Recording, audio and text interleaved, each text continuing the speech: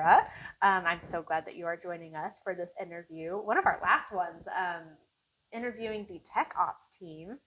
So tell us a little bit about you, your position, and what the purpose of your department is.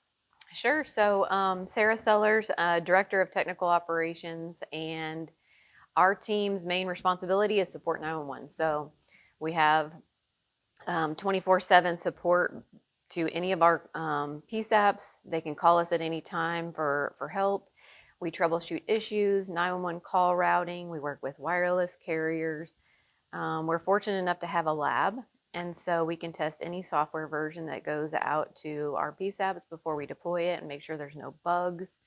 And then the GIS department sends us map data every month for new data, and we test that before it goes out in the PSAPs as well. Ooh, I actually didn't know that, so I learned something today. It's kind of fun. How have you seen 911 technology change over the years?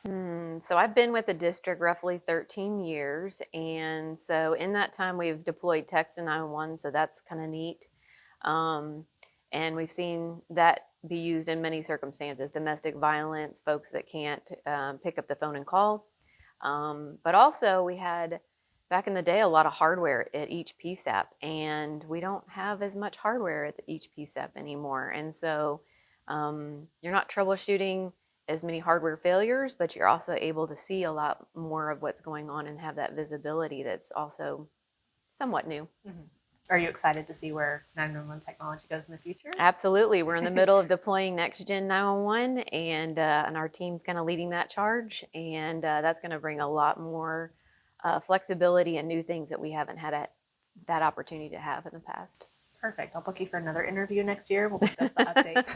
Sounds good. So what would you say is your favorite part of your job, or the most fun thing to you?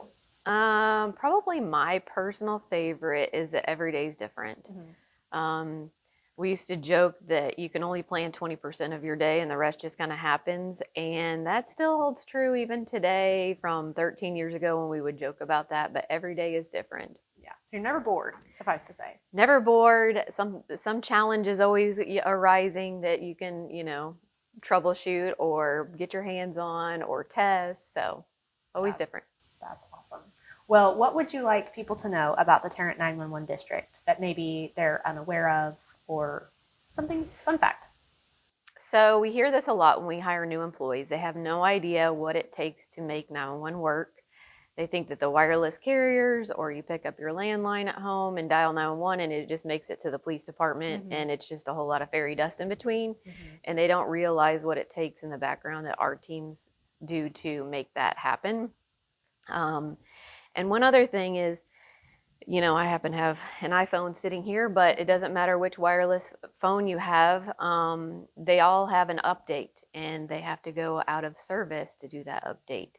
We don't have that luxury in 911. We can't just turn 911 off, mm-hmm. do a software update, turn it back on. Right. And so there's a lot of complications that go into never having any downtime for 911, whether it be a hardware switch out or a firmware update or a software update. There's all these things that have to be touched, and it all has to just run seamlessly and stay out of the news, and everybody can get 911 calls through. So 100% what I thought when I started here. Like, I just thought, I don't know, the phone carriers maybe handle, how 911 works, and it just magically makes its way to the police station. And, mm-hmm. Oh, look, someone answered my call. So it's literally been a whole new world since working here. So it is. Thank you so much for joining me. Thank you.